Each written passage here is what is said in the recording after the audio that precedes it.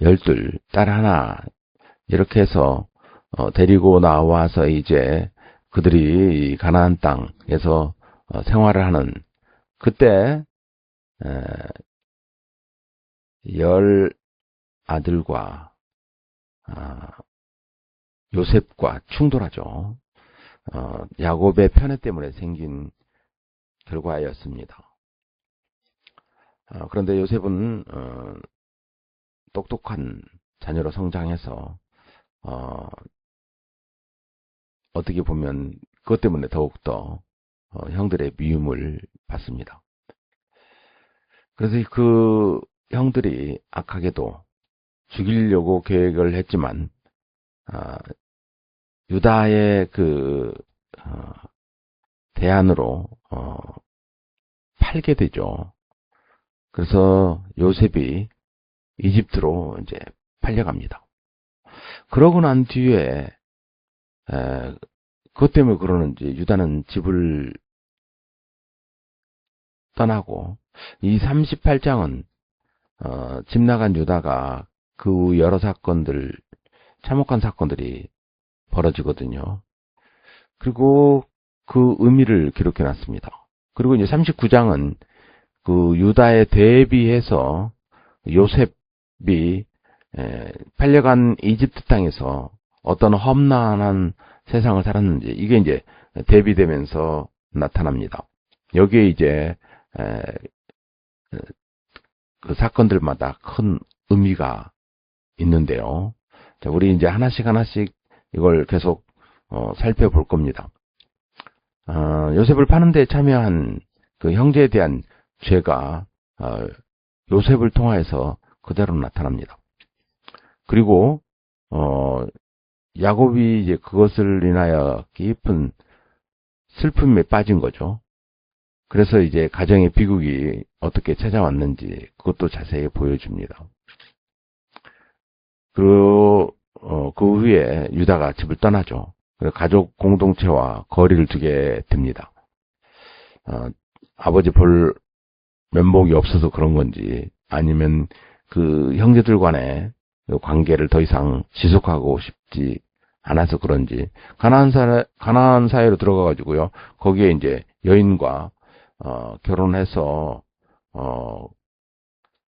연약 백성들 간의 경계가 흐려져 버리죠. 그래서 가정에 심각한 위기가 이제 닥칩니다. 그러면서 그 두 아들이 죽고 또 그들의 악행이 세상에 드러납니다. 그래서 이제 가장 큰 며느리 다말이 유다에 대한 불만을 통해서 장녀 행세를 하면서 유다와 관계 그리고 거기에서 이제 아이가 태어난다는 그때 유다가 진정한 고백과 회개가 나타나죠. 자기가 잘못한 거다. 자, 그러면서 이제 집으로 돌아오는 그 이야기가 이제 진행되어지는데요. 1절 그 무렵에 유다는 형제들에게서 떨어져 나가 히라라고 하는 아둘람 사람이 사는 곳으로 가서 그와 함께 살았다.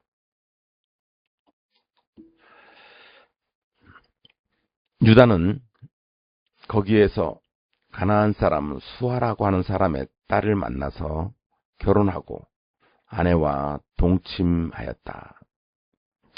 수아라는 아내를 맞이했다라는 거죠. 수아가 임신하여 아들을 낳으니 유다가 그 아들 이름을 에르라고 하였다. 그가 또 임신하여 아들을 낳았다. 이번에는 아이의 어머니가 그 아들 이름을 오난이라고 하였다. 그 첫째 아들은 에르, 둘째 아들은 오난이 되는 거죠. 그가 또다시 아들을 낳고 이름을 셀라라고 하였다. 그가 셀라를 낳은 곳은 거십이었다. 자, 아들 셋을 이제 낳았습니다. 유다가 맏아들 에르를 결혼시켰는데 그 아내의 이름을 다말이다. 유다의 맏아들 에르가 주님께서 보시기에 악함으로 주님께서 그를 죽게 하셨다.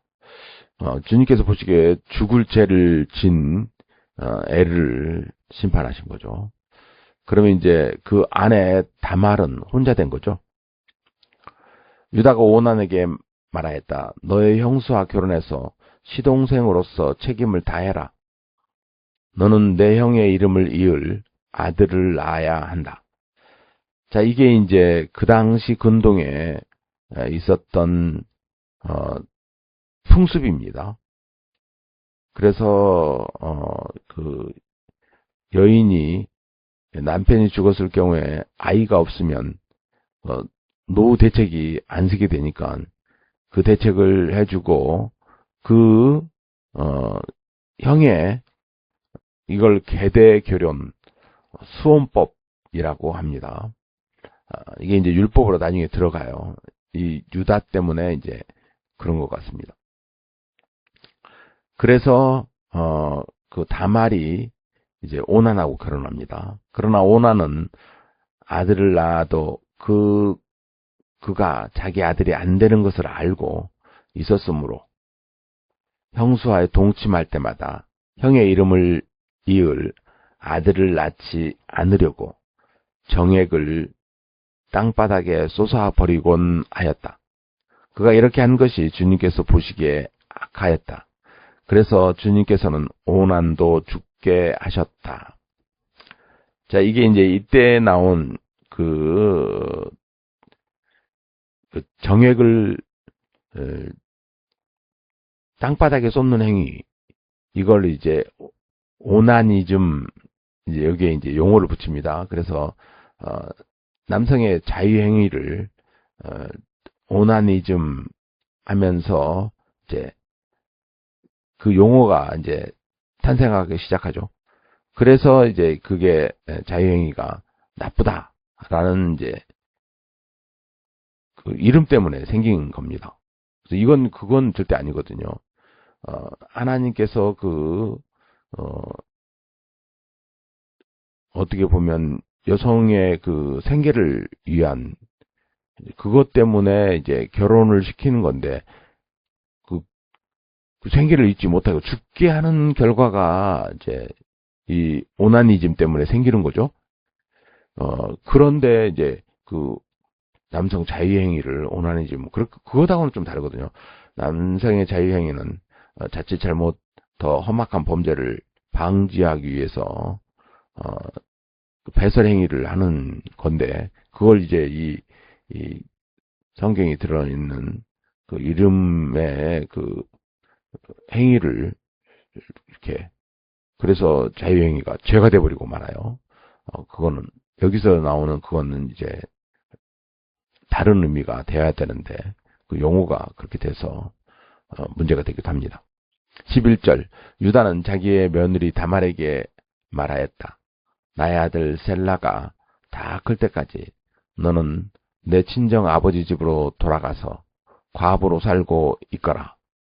유다는 셀라를 다말에게 주었다가는 셀라도 제 형들처럼 죽을지 모른다고 생각하였다. 그러니까 이게 여러 가지로 이제 해석할 수 있죠. 둘째 오나는 너무 어려서 다말에게 결혼했을 수도 있고요. 왜냐하면 2살 터울이라 해도 그러면 에리는 이제 우리 좀 이 관계 속에서 이 문장 내에서 해석하다 보면 에르는 빨리 결혼을 했다. 그런데 그 결혼에 충성스럽지 못하고 불성실한 결혼 그리고 다말을 어렵게 하는 그런 결혼을 하지 않았나. 그래서 이제 그 악한 죄값을 받게 된 거죠. 그런데 이제 오나는 너무 어리지 않았나. 그래서 반항적이고 또 못된 행동을 이제 하지 않았나. 그래서 그 아버지 말도 불순종하고 또 이 다말의 인격을 이제 무시하는 행동을 하지 않았나 그렇게 보여집니다. 하지만 셀라는 지금 모든 사람이 봐도 이제 어리다. 이건 이제 공통적입니다. 그런데 이제 다말보다는 그 유다가 이제 잘못을 저지른 게 있죠. 왜냐하면 셀라가 다 컸는데 짝을 지어주지 않아요. 그러면 수원법 계대 결혼을 그렇죠. 그 당시에 이제 어떻게 보면 전통과 율법이 될 수 있는 것을 어기는 거죠. 12절. 그 뒤에 오랜 시간이 지나서 수아의 딸 유다의 아내가 죽었다. 곡을 하는 기간이 끝났을 때 유다는 친구 아둘람 사람 히라와 함께 자기 양들의 털을 깎으러 딥나로 올라갔다. 다말은 너희 시아버지가 양털을 깎으러 딥나로 올라간다 하는 말을 전에 듣고서 과부의 옷을 벗고 너울을 써서 얼굴을 가리고 딥나로 가는 길에 있는 에나임 어귀에 앉았다. 그것은 막내 아들 셀라가 이미 다 컸는데도 유다가 자기와 셀라를 짝지어주지 않았기 때문이다. 그러니까 시어머니가 죽고 또 한 탐이 지난 것 같죠. 그리고 셀라가 지금 다 커서 그렇죠. 성인이 됐다는 걸 다 알고 있는데도 수원법 계대 결혼을 않고 과부로서 지금 미래를 걱정하면서 살 수밖에 없는 다말의 현 위치라는 거죠. 그래서 지금 유다를 유혹하는 일이 벌어집니다. 길을 가던 유다가 그를 보았지만 얼굴을 가리고 있었으므로 유다는 그가 창녀인 줄 알았다. 그 당시에 창녀는 이제 얼굴을 보이지 않고 그렇게 있었나 봐요. 그래서 유다는 그가 자기의 며느리인 줄도 모르고 길가에 서 있는 그에게로 가서 말하였다. 너에게 잠시 들렀다가 가마. 자, 들어가자. 그때 그가 물었다. 저에게 들어오시는 값으로 저에게 무엇을 주시겠습니까? 유다가 말하였다. 나의 가축대에서 새끼 염소 한 마리를 보내마. 그가 물었다. 그것을 보내실 때까지 어떤 물건이든지 담보물을 주시겠습니까? 유다가 물었다. 내가 너에게 어떤 담보물을 주랴? 그가 대답하였다. 가지고 계신 도장과 허리끈과 가지고 다니시는 지팡이면 됩니다. 그래서 유다는 그것들을 그에게 맡기고서 그에게 들어갔는데 단말이 유다의 아이를 임신하게 되었다. 이거 어떻게 보면 창세기 어떻게 보면 부끄러운 성경에 들어있는 부끄러운 행동입니다. 유다가 급하긴 급한 것 같아요. 그리고 다말은 굉장히 계획적으로 지금 행동하고 있습니다. 시아버지의 이제 어떻게 보면 가장 중요한 거죠. 누구인지를 알게 하는 벗어날 수 없는 가장 큰 증거를 이제 달라고 하면서 관계를 맺게 됩니다. 그리고 임신을 하게 되죠. 다말은 집으로 돌아와서 너울을 벗고 도로 과부의 옷을 입었다. 한편 유다는 자기 친구 아둘람 사람 편에 새끼 염소 한 마리를 보내고 그 여인에게서 담보물을 찾아오게 하였으나 그 친구가 그 여인을 찾지 못하였다. 그러니까 이미 정말 철저한 계획 속에서 다말이 사건을 친 거죠. 그 친구는 거기에 사는 사람들에게 에나임으로 가는 길가에 서 있던 창녀가 어디에 있느냐고 물었다. 그러나 그들의 말이 거기에는 창녀가 없다고 하였다. 그는 유다에게 돌아가서 말하였다. 그 여인을 찾지 못하였네. 그보다도 거기에 사는 사람들이 그러는데 거기에는 창녀가 없다고 하네. 유다가 말하였다. 가질 테면 가지라지. 잘못하다가는 창피만 당하겠네. 어찌하였든지 나는 새끼 염소 한 마리를 보냈는데 다만 자네가 그 여인을 찾지 못한 것뿐일세. 자, 그러면 지금 그 사건 그 전막을 친구가 잘 알고 있고 또 어떻게 보면 친구가 증인이 되고 있죠 지금. 그래서 어떻게 보면 그 양심상 자기의 그 약속을 지키려고 했고, 자기 허물을 감추려고 했다. 자, 그 뒤에 이제 사건이 터지죠. 석 달쯤 지난 다음에 유다는 자기의 며느리 다말이 장녀짓을 하여 임신까지 했다는 소문을 들었다. 자, 지금, 배 안에 증거가 남아있죠? 그리하여 지금, 어떤 남자든지 관계를 했다면, 임신이 되겠죠. 또 임신이 됐다는 뜻은 다말이, 분명히, 정상적인 여인이었다. 이것도 이제 증명이 됐고, 하지만, 그 증거를 이제, 아닌 것처럼 하려지 않고 드러내놓고 자기가 임신했다는 것을 지금 알렸고 또 보여줬고 유다 귀까지 그게 들어갔다는 거죠. 유다가 명하였다. 그를 끌어내서 화형에 처하여라. 그는 끌려 나오면서 시아버지에게 전가를 보냈다. 저는 이 물건의 임자의 아이를 베었습니다. 하고 말하였다. 다말은 또 말을 계속하였다. 잘 살펴보십시오. 이 도장과 이 허리끈과 이 지팡이가 누구의 것입니까? 자, 물증이 그대로 나타났고 철저히 계획적으로 유다에 접근했고 또 그걸 통하여 정확히 말해주고 있는 거죠. 누가 잘못했다. 유다가 약속을 지키지 않았다. 유다는 그 물건을 알아보았다.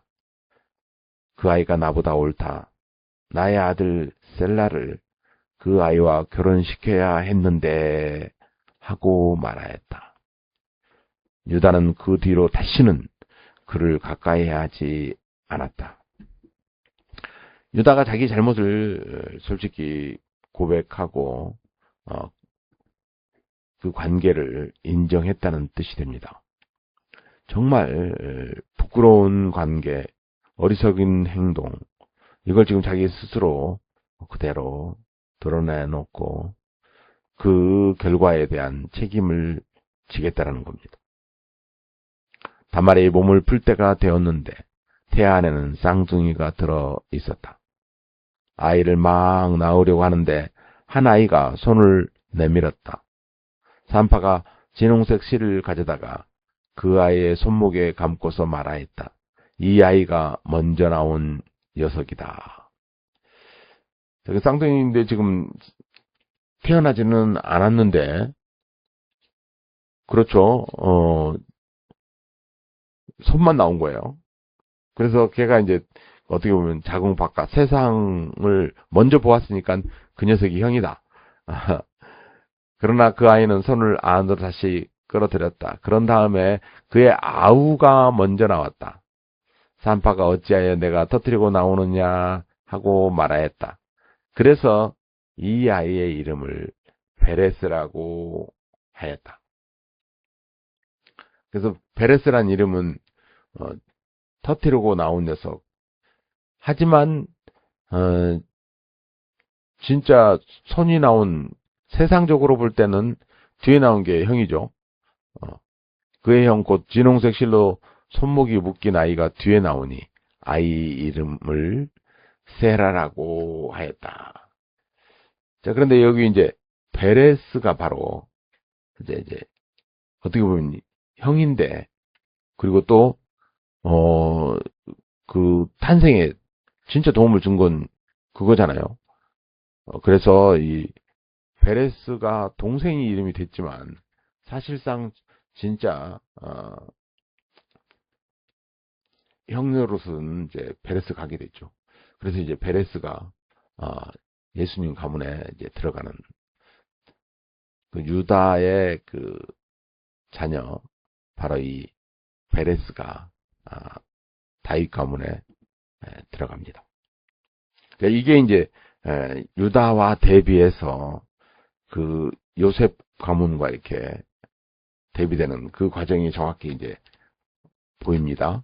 그래서 유다와 요셉 가문, 특히 이제 요셉 가문이 두 개로 나눠지죠. 하나는 므낫세 집안과 그리고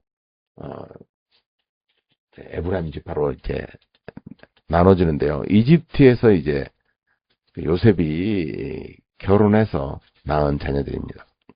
자, 그게 이제 38장과 39장과 대비적으로 이제 흘러나옵니다. 12자녀 중에 이 두 자녀가 구속사의 중요한 역할을 이제 담당하게 되죠. 그래서, 물론 이제 유다 가문이 더 중요한 역할을 하고, 그 이제 다윗 왕이 그 유다 가문에서 나오기 때문에 그러고요. 하지만 실질적으로, 이스라엘을 이렇게 이끌고 나오는 그게 바로 이 요셉 가문에서 나온 에브라임 지파입니다. 그래서 이제 이 야곱도 축복할 때 그 이 두 자녀를 자기의 아들로 들어오게 해서 언약의 계승자들로서 또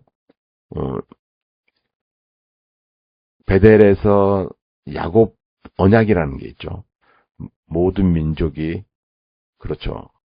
야곱의 자손을 통하여 복을 받게 하리라는 거기에 이제 중요한 역할을 담당하게 합니다. 이 요셉의 자녀들은 손주인데 사실 야곱의 그 언약의 계승자로 들어오게 하죠. 두 자녀를.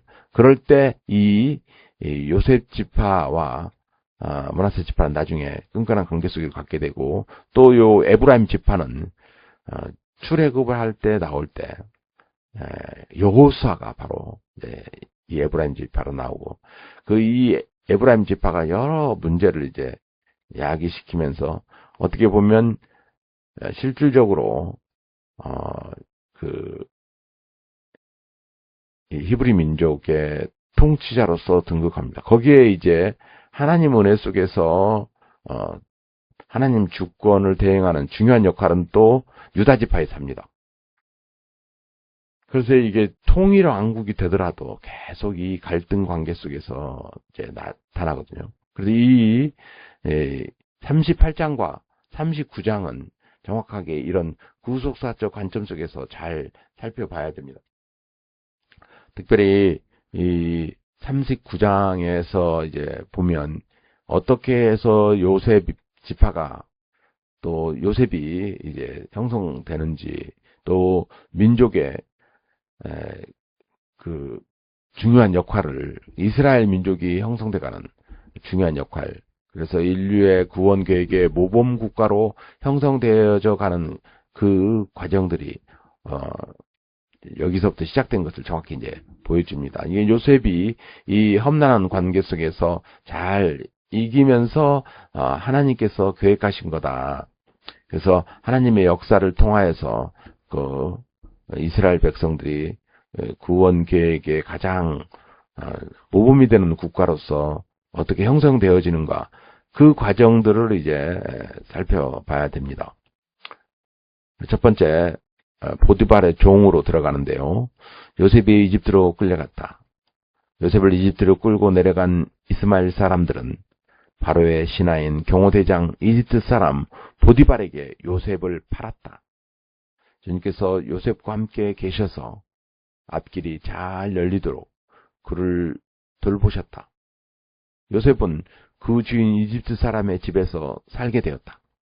그 주인은 주님께서 요셉과 함께 계시며 요셉이 하는 일마다 잘 되도록 주님께서 돌보신다는 것을 알았다. 그러니까 보디발이 요셉을 알아본 거죠.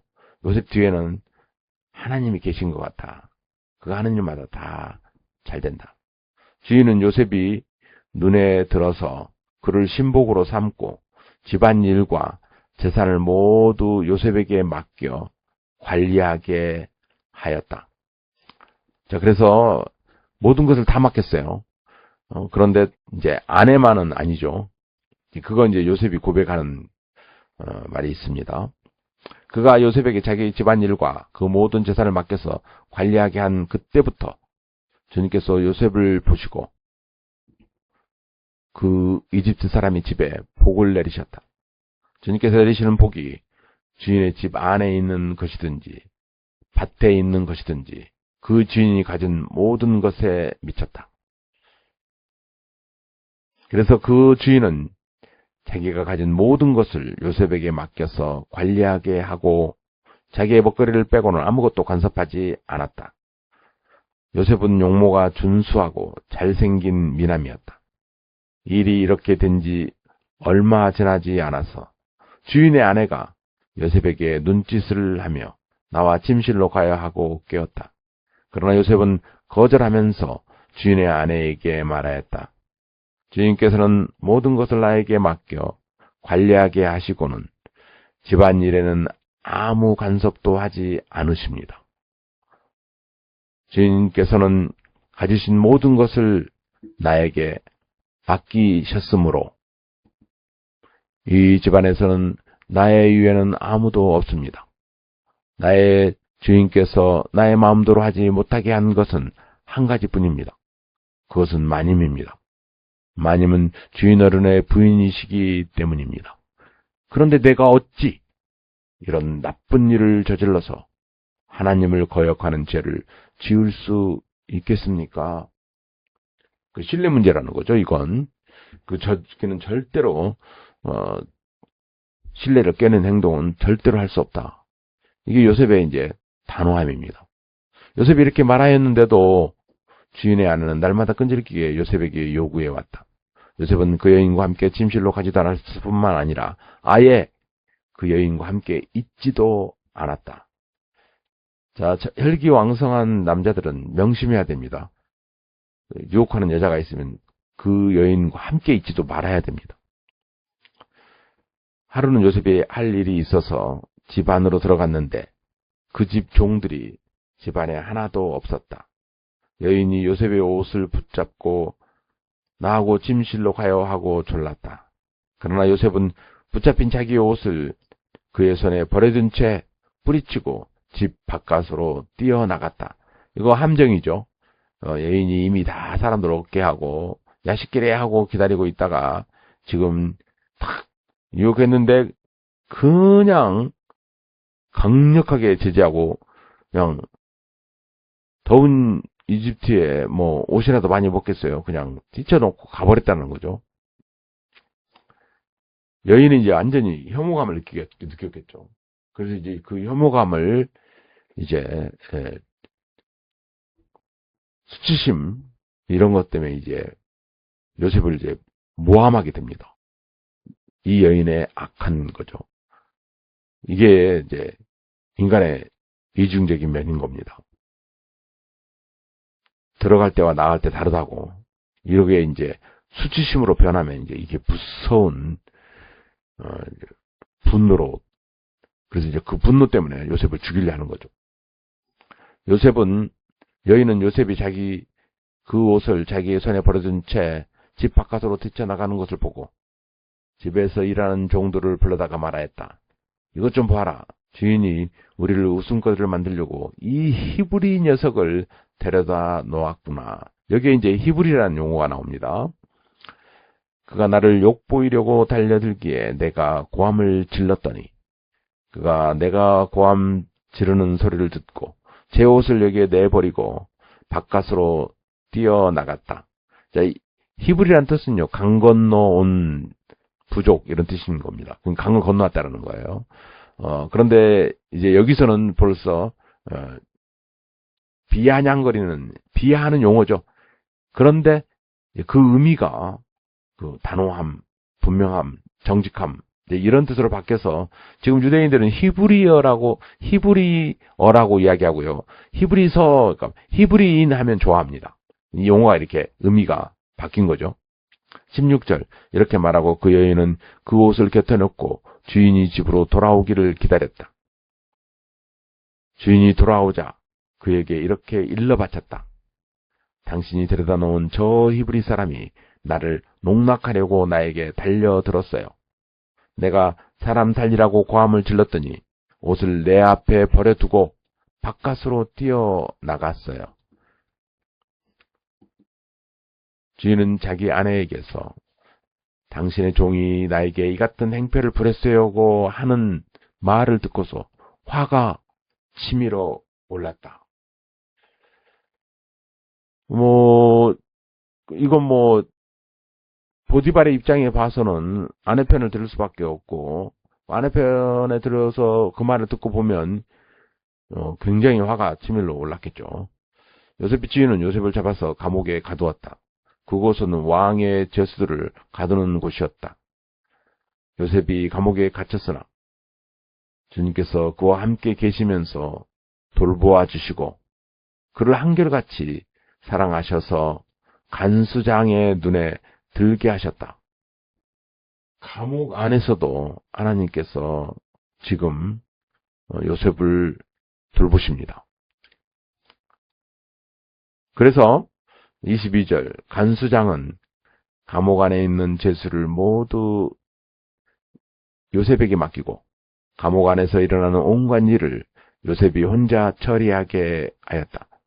그 죄수가 감옥을 통제하는 통수권자가 된 거예요. 일을 너무 잘 처리하고 또 분명하니까. 간수장은 요셉에게 모든 일을 맡기고 아무 간섭도 하지 않았다. 그렇게 된 것은 주님께서 요셉과 함께 계시기 때문이며 주님께서 요셉을 돌보셔서 그가 하는 일은 무엇이나 다 잘 되게 해 주셨기 때문이다.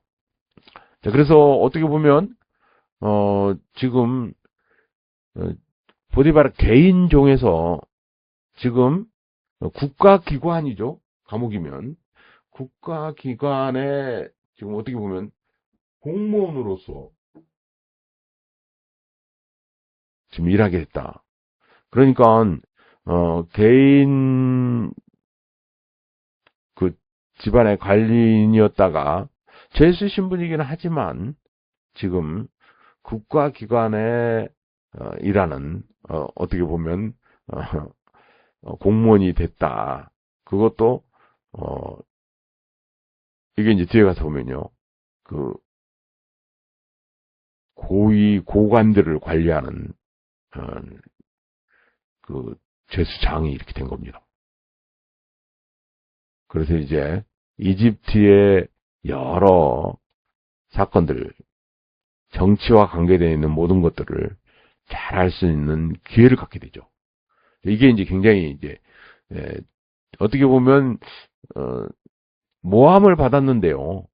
어떻게 보면 그 바로의 관료들과 연결돼 더 큰 자리로 가는 통로가 되어지게 하고 그 언약 백성들을 대표하는 애굽에서 신뢰받고 또 이제 뒤에 하나님 계획이 그 커지게 하는 민족이 되게 하는 그 아브라함부터 이어지는 그 가계에서 시작된 그 구원 계획이 이제 큰 민족 단위로 국가 단위로 커질 그런 준비를 바로